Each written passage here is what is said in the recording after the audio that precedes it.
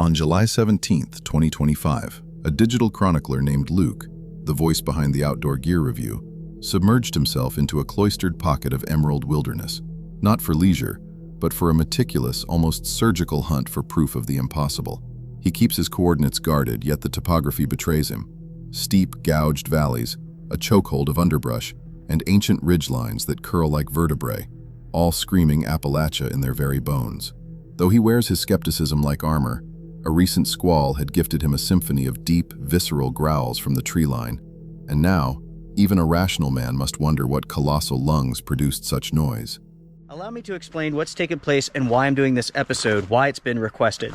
So, over the last year or so, I've been coming up here to what I call the Green Forest.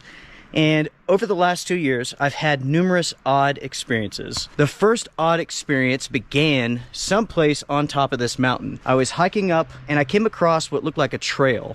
And along this trail, all of the trees have been broken and basically like stacked, like leaned in a certain way. It was rather odd. A few months later, I was hiking to this location. I was coming through the woods and I startled something big. As soon as whatever it was heard me, it burst through the forest. You can hear it breaking limbs and snapping trees as it ran. Whatever it was huge. Then last week I came out here for a camping trip. I was inside of the tent, it was raining outside, it was beginning to storm. Basically, I was turning in for the night and I heard a grunt and it sounded like this. Woo! One time only, that's it. What was that sound? I have no idea. Luke cataloged arboreal anomalies, trees not merely broken but arranged, their splintered ends defying the chaotic signature of wind throw. Even as he clung to methodical reasoning, he confessed that the valley exhaled a peculiar leaden weight that day, pressing against his shoulders like a silent interrogation. While combing the terrain, his gaze snagged on patches of moss, violently ripped from a trunk, exposing gouges beneath, marks too deep, too deliberate to be the idle scratching of a passing critter. Then, a sharp, volcanic crack from a heavy branch shattered the cathedral hush of ancient pines, its echo ricocheting through the stillness like a slammed door. I just noticed another spot where the moss has been torn off this tree.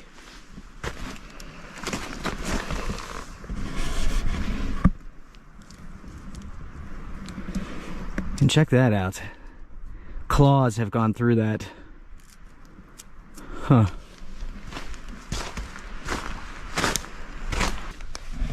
It is gorgeous out here. Speaking of which, I cannot say where this is at. It's a secret. That may anger you. That's fine. But the last thing that I want is 500,000+ subscribers out here stomping around. You know what I mean? I mean that with all respect, of course, and I'm sure you understand it.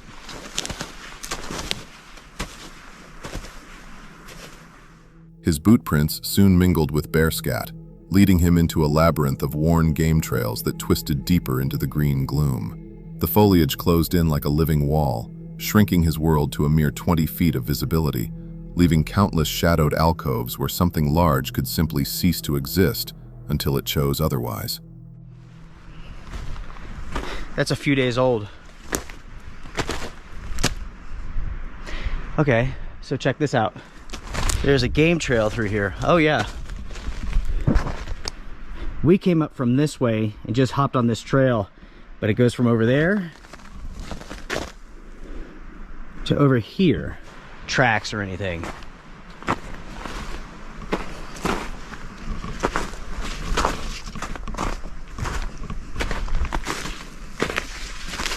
Oh yeah, check this out.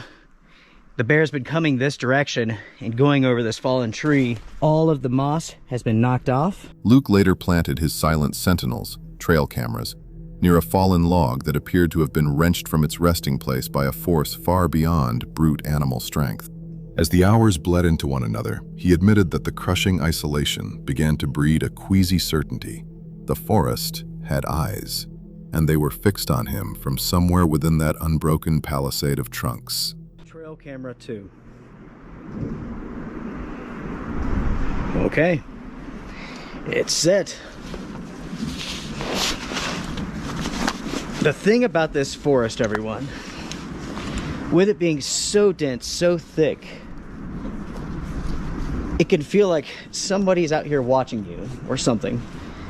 And you're not going to know because you're not going to see them. Visibility is about 20 feet. That's about it.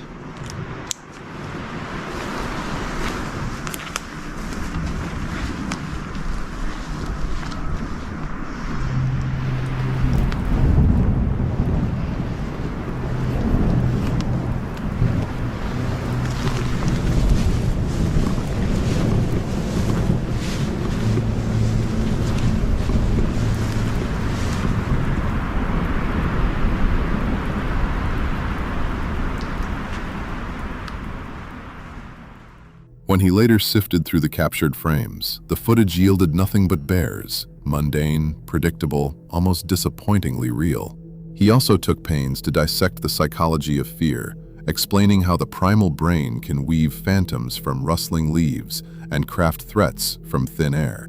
Yet, for all his devotion to logic, to hard evidence, to the cold comfort of skepticism, Luke found himself stammering when he tried to rationalize the very last thing his senses registered. Speaking of which, I'm open-minded.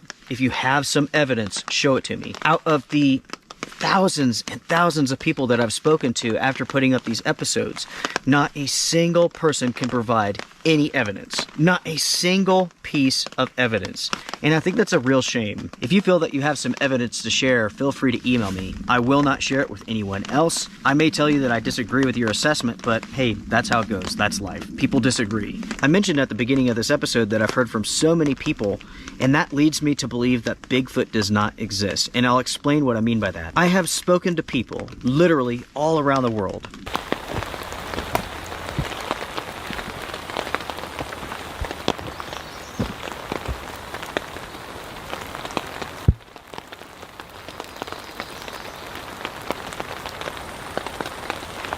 This was not here yesterday.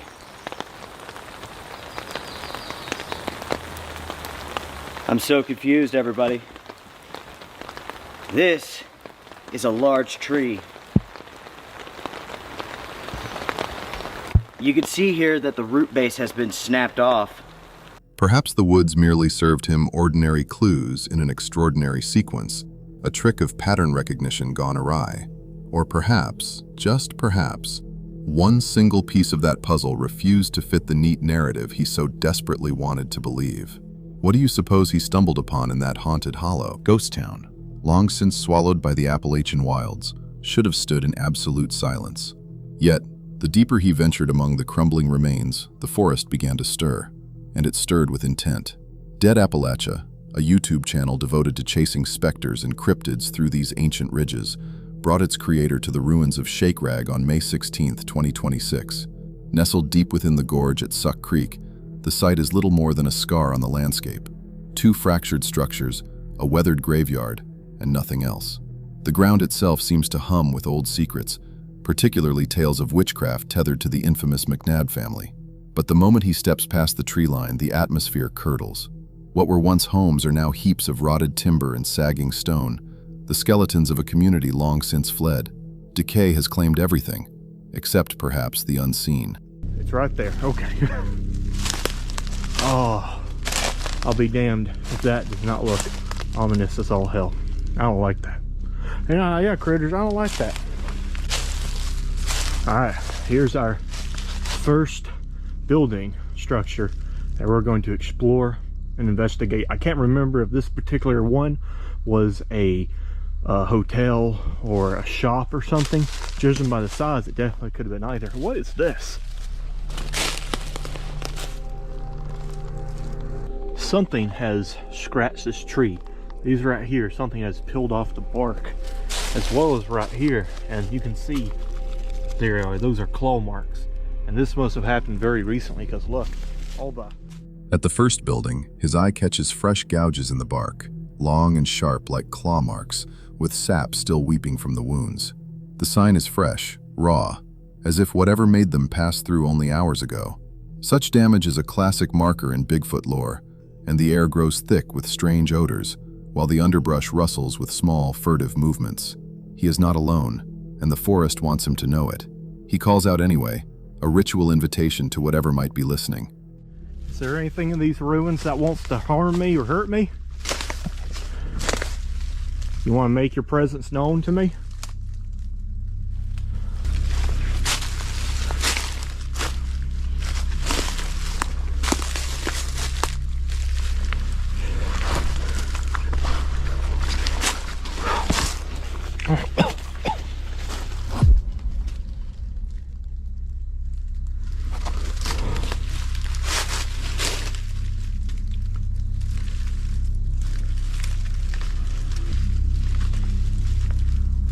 Catching something here. Oh, there he is again. You see that? It's not much to go off of, but you know, it's something. I think this might be a good place to start the investigation. Here, 1 second though. Something weird just caught my eye. There's a fucking children's toy right here. Oh man. There's more of that ripping off of the bark and that sap dripping everywhere. And there's a little piece of a toy right here. But there's not a lot of, there's a little bit of electromagnetism coming off of it. And then down here, check this out. I have no idea what this could have been. God, this thing's rusted all to hell though. Among the wreckage, he unearths relics of a lost domestic life, a child's plaything, rust-eaten iron, and soiled bedding left to rot. Each artifact whispers of ordinary days. Meals cooked, children laughed, sleep taken. But now that warmth has curdled into something else, a residue that clings to the ruins like frost. My name is Luke. I'm a fellow mountain man like y'all. And if there are any spirits here, if there are any spirits of moonshiners, of miners, of the McNabb family here, from the Shake Rag community here in Suck Creek, Tennessee, I am giving you full permission to interact with me, to talk to me. I want to talk to you. I want to know your story.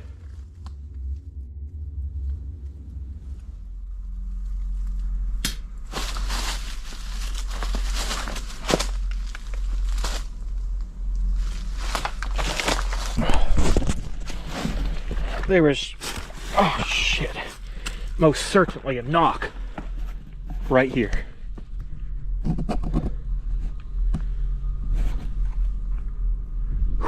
Yeah, that was a knock, all right. The replies come swiftly. Knocks, sharp, deliberate, ricochet through the hollow shells of houses.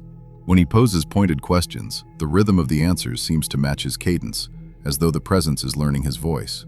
The moment he utters the word witches, the energy spikes. The knocks grow louder, more insistent, more hostile. Then, without prelude, something large shifts in the forest just beyond his sightline. The cameras catch nothing definitive, but the suggestion of a cryptid lingers, faint and frustrating.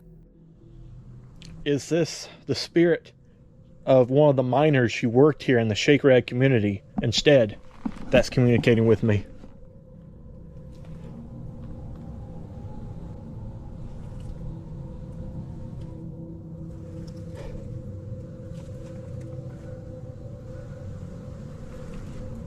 Are you a miner or a worker or someone who lived here that's not a McNabb?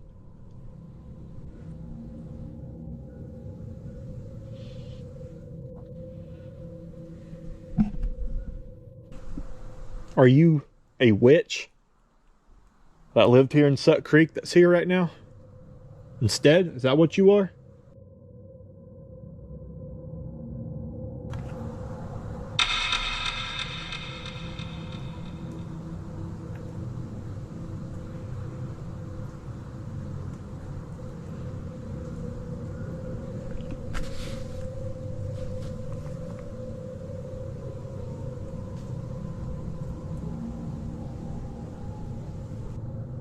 Give me a strong reading if you are a witch, just so I know for sure what you are.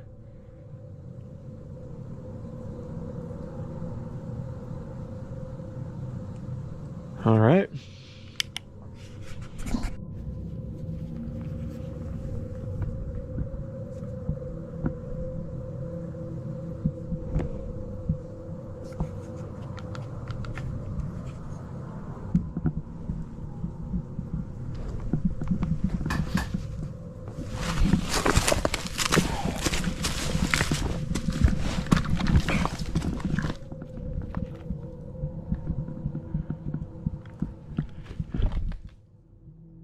As the pressure mounts, so does the toll on his body. Inside one of the ruins, a fit of coughing seizes him, violent, racking, as if the very atmosphere is turned against his lungs. Are you trying to summon something for power?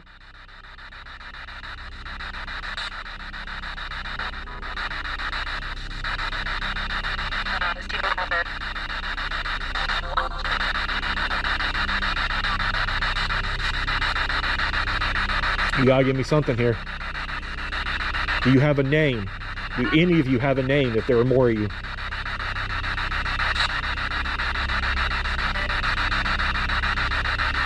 Do you want to talk to me or do you want me to go away? Am I angering you?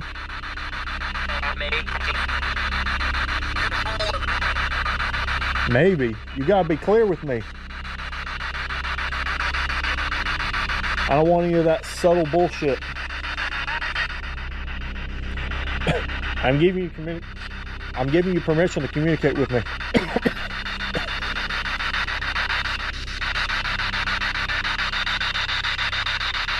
Do you have God? Do you have a name?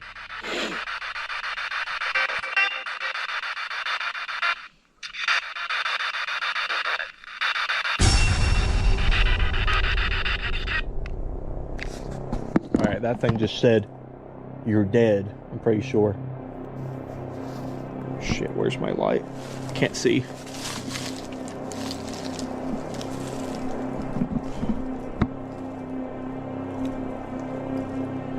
Damn dog going off. God. I must be inhaling something around here. So I just keep coughing.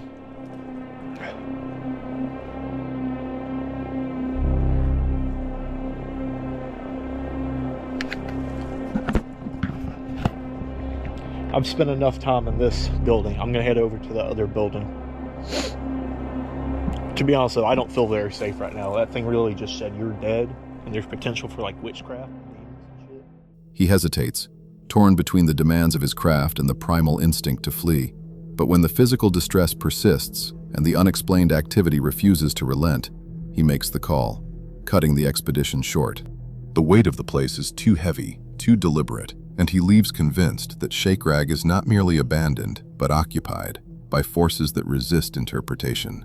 In the end, what haunts him most isn't the broken walls, the spectral knocking, or the anomalous readings. It's the way the entire landscape conspired against him, the trees, the ruins, the very air he breathed.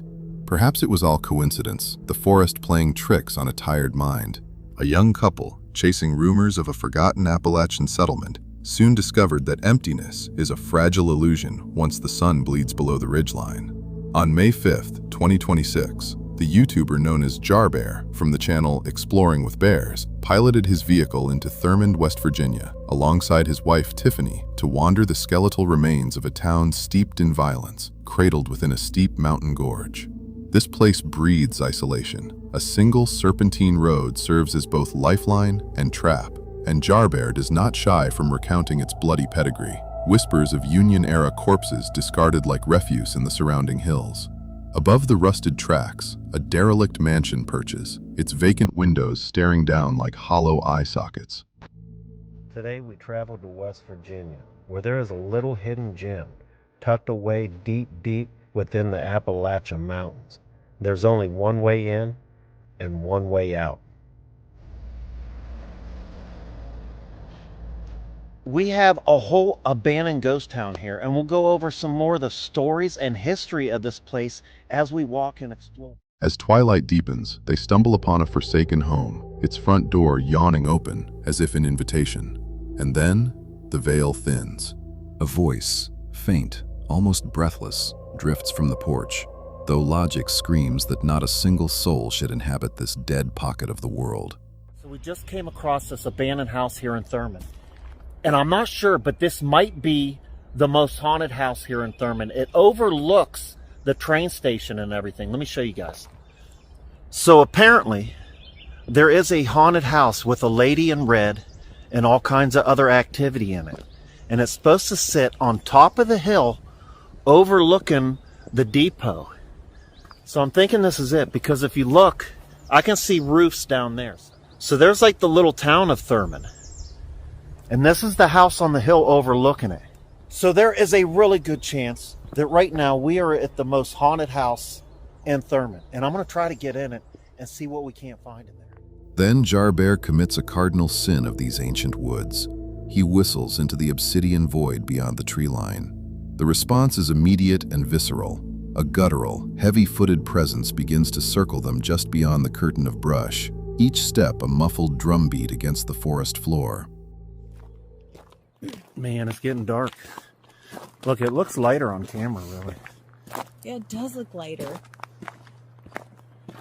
I know it's deceiving, like they can't ever tell how dark it's getting for me. Look at that house. It's on a Is that cliff. door wide open? I'm not going in there. Is that a wide open door? I can't Jerry, tell. you're not leaving me. Is it? Jerry, Huh. don't, or I will never come again. What do you mean? Ever again. What are you talking? If you go in there and leave me out here, I will never come with you ever again. Don't even ask. I just heard a voice right over there. And there's nobody there. Right before I turn the camera on us. Okay, I'm done. They press onward to the train depot, infamous as the town's most fevered nexus of supernatural dread. Legend holds that travelers once had to step over cold bodies to board their trains, and the air within those walls turns thick as clay, pressing against the lungs with an almost sentient malice. I heard a voice earlier. Wait.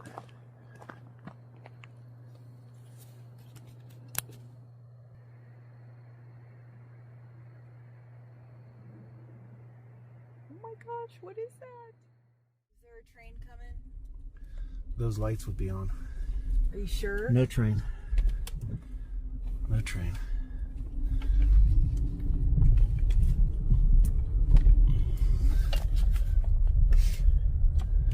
Where are we going? Park right over here. So right here is the old Thurmond train depot. So here we are, the most haunted location, at least it's said to be, here in the abandoned ghost town of Thurmond. This is the train depot. So this is where the passenger train, I imagine, would have been stopped. This is where people would have been getting off the train and stepping over dead bodies. It's just a crazy thought, ain't it? And it was like another day for him, man. This was like Dodge City, the Wild Wild West. Very, very violent here. Now, some of the stories behind the hauntings that are said to happen here is they will lock up. And there will be times when the rangers or the police will show up and all the doors will be open.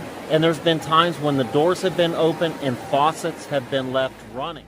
Thurmond is but one of many such hamlets, born from the marriage of railroad iron and coal dust across the Appalachian spine. When industry coughed its last, these places were abandoned to the elements. Empty husks, precarious access roads, and a silence so profound that history ceases to feel distant and instead breathes coldly down your neck. Perhaps that whisper was merely the groan of old timber, or the trick of a restless mind. But in a town with a single entrance, a single exit, and a ledger soaked in blood, which precise moment would have snapped your resolve and sent you running back toward the light? I don't know if it's danger, don't cross. All I read was danger. We were good. I knew what we were doing. Jerry, you don't stop. If something says danger, you stop and read the rest of the sign. I knew what I was doing. No, you didn't. I did. I did. No. And Oh, you know look what? at that little jolt. I know, it's scary. Oh, this bridge is so... On January 25th, 2026, YouTuber Lomar of Paranormal Discovery strapped on snowshoes and trudged up a remote Appalachian peak, seeking a winter trial in the Ingram wilderness. But the mountain had other plans, and it made its displeasure known almost from the first step. What's going on, guys? Welcome back to another haunted campo. Yes, we are back here in the Ingram wilderness. I keep coming back to the spot because we keep finding stuff, hearing stuff, and camping out and just Almost every time we come here, something crazy happens, so... Fresh impressions carved the deep powder, and Lomar soon realized he was tracking a massive moose. Yet the summit offered no tranquility, only a dense, suffocating weight, a tension that felt less like wilderness and more like a held breath, as if the ridge itself was sizing him up. Yeah, to start off, this trail kind of gives me a weird vibe. It's not a vibe that I've really had before. Like a get out of here kind of vibe. Like usually in the daytime, it's a lot better and kind of nice, but you get it unwelcoming. That's the best term of words right now. His dog, Kia, usually a stalwart companion on any trail, abruptly planted herself in the snow. She sat rigid, quivering, refusing point blank to advance into the underbrush, while Lomar muttered that the area felt actively hostile, unwelcoming in a way that defied logic. Hello? Why is she sitting down like that? Something's out here. Can you go, babe? Let's try to keep going. Okay, something's wrong. Concerned for Kia's well-being, he withdrew and later returned solo. That second visit yielded a peculiar find, a single, massive bipedal footprint pressed into a sheet of ice, with no corresponding tracks leading away, as though the maker had simply vanished into the frozen earth. I'm going crazy, man. I'm going crazy. What is this footprint? I can't even make this up right now. Right there. The palm of a foot. What the hell? That is definitely a Bigfoot foot. I think I'm on ice right now. Second one could be right there.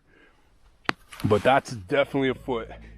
As dusk bled into night, Lomar pressed on toward his camp within the Wendigo sanctuary. Then, from the absolute blackness, a voice, distinctly human, seemed to thread through the pines, a whisper that didn't belong to wind or beast. I don't think that's people.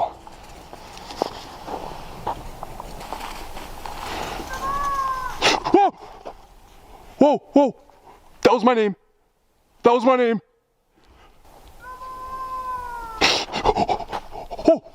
What the fuck? What the fuck? That was my fucking name! Oh shit.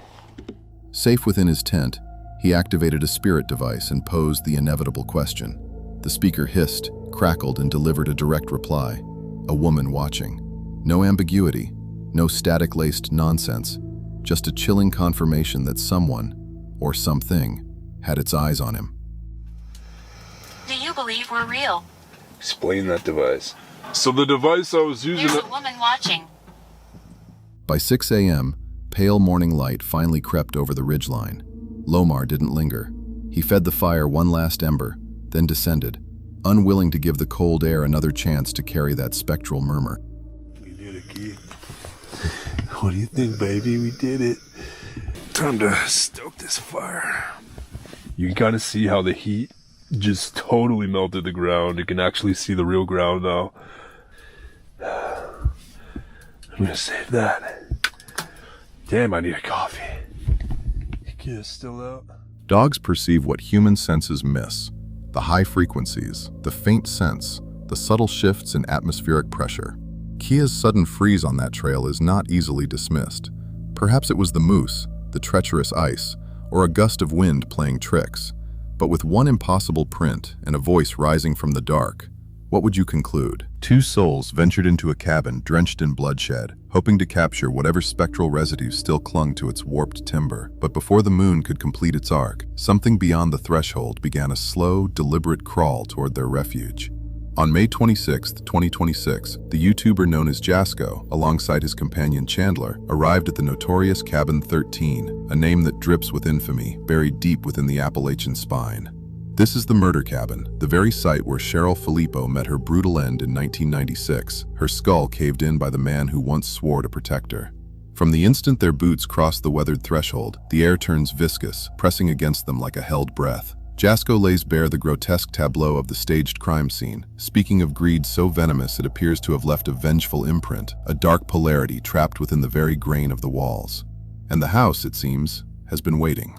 In late April 1996, James Flippo and his wife Cheryl drove from their home in Nitro, West Virginia to Cabin 13 for what was supposed to be a romantic retreat. But in the early morning hours of April 30th, their quiet vacation turned into a violent nightmare. At 2:11 a.m., Flippo placed a frantic call to 911 from a nearby payphone. He claimed that a masked intruder had broken into the cabin, attacked the couple with a knife and a piece of wood, knocked them unconscious, and severely injured Cheryl. Responding deputies found Flippo outside the cabin wearing only his underwear with minor wounds on his legs. He said their vehicle had been stolen and that he had run for help. Inside Cabin 13, however, officers discovered a far more disturbing scene. Cheryl was bludgeoned to death. Her body was left in a pool of blood.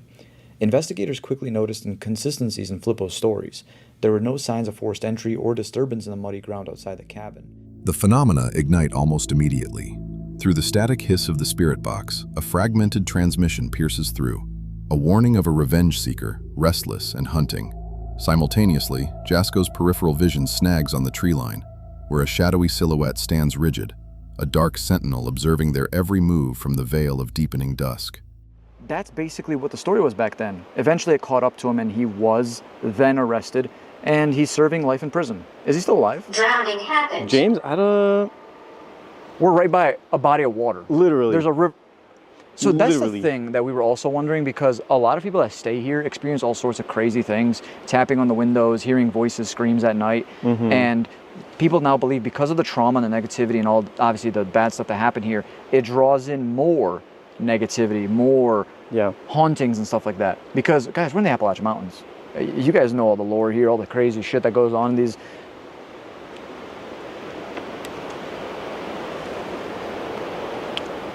Swear to God, I thought I just saw someone standing there for a second, then it was gone.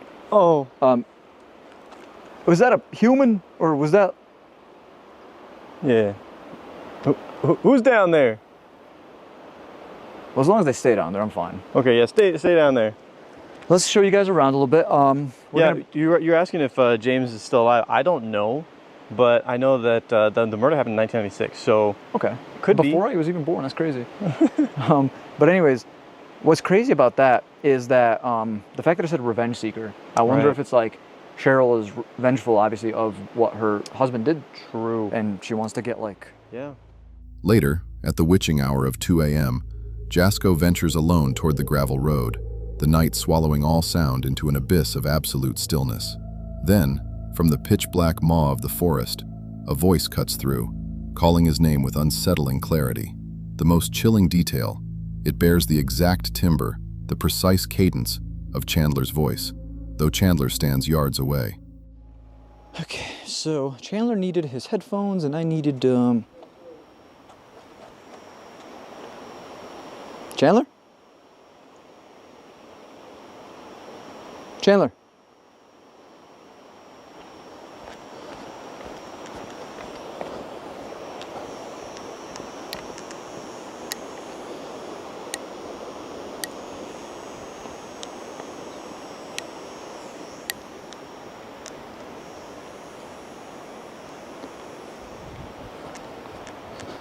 Wait a second.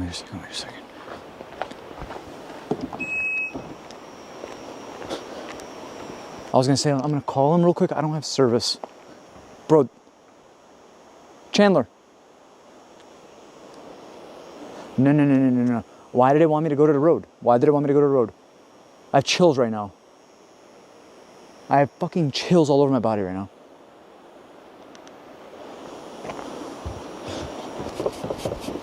No. Okay.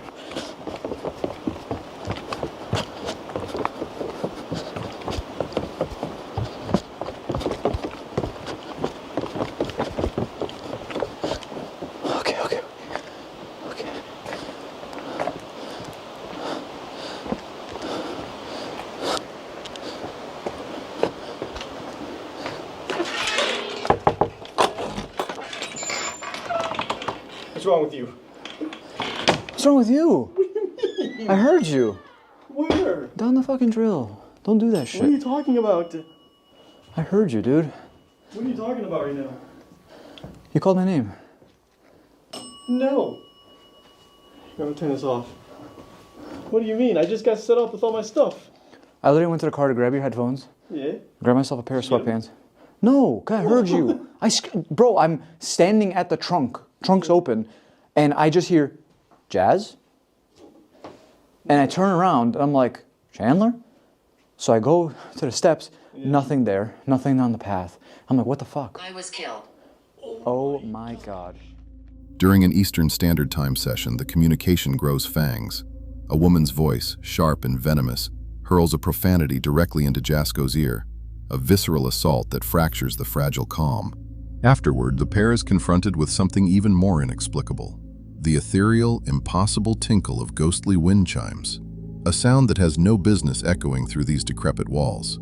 In an old cabin, the smallest creak can swell into a thunderclap. Wood shifts, floors transmit vibrations, and an exterior noise can tunnel through the framework, distorting origin and distance. Yet when these sounds follow disembodied voices, fleeting shadows, and sudden spectral messages, the structure ceases to feel like refuge and begins to resemble a trap, slowly tightening its grip. It was clear as day, woman's voice, and it said, crazy girl. Crazy girl? Woman's voice. Crazy girl. Oh, I didn't like that. Okay, who's the crazy girl? Tell me her name. Is it Dorothy? Babe? Babe. Are you talking about a lover?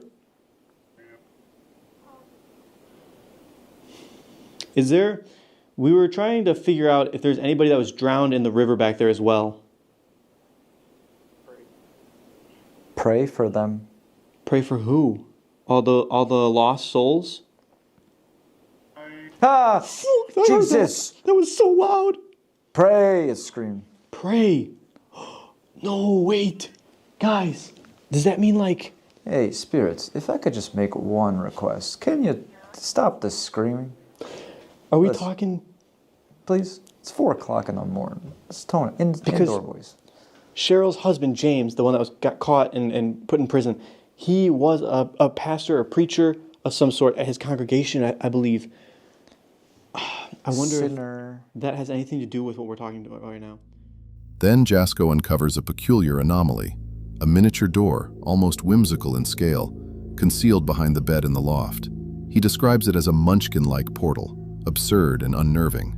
As he fixes his attention upon it, an invisible weight seems to press down upon him, a dark command to stop, and the very ground beneath his feet begins to tremble with a low, guttural vibration.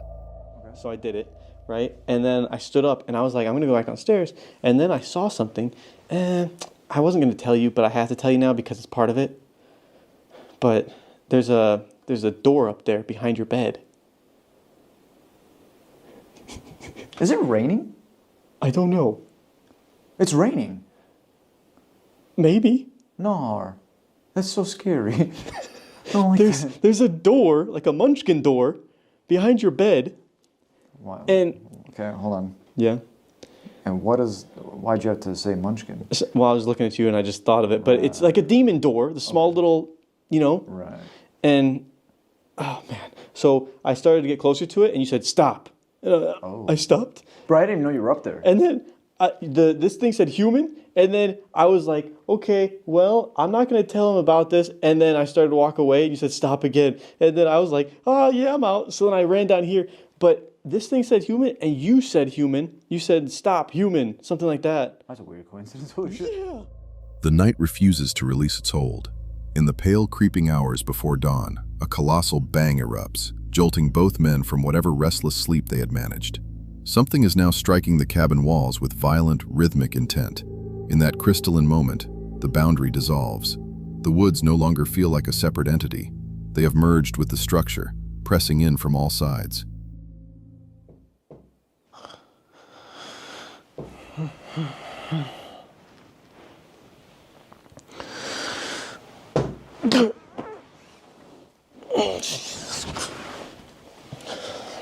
Jess.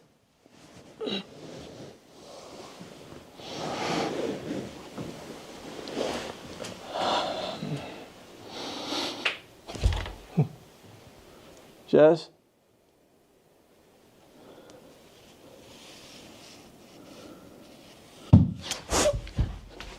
Yo, Yasko. Yeah. Yo, Jess. Jess, there's literally fucking somebody or something. I don't even know. Hey, What? get up. Okay, I'm up. Get up. I don't know. What happened? Come on. There's somebody outside. I don't know who or what. It's just banging.